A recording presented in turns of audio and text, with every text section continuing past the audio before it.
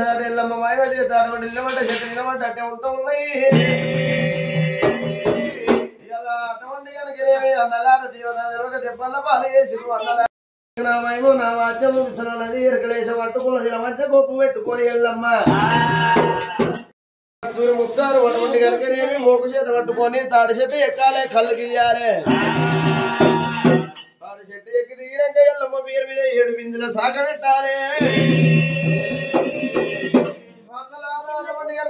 కళ్ళమ్మి కట్టాలి కనకసీరి మీదను వడ్డమ్మి కట్టాలి మాణిక్యాల కోట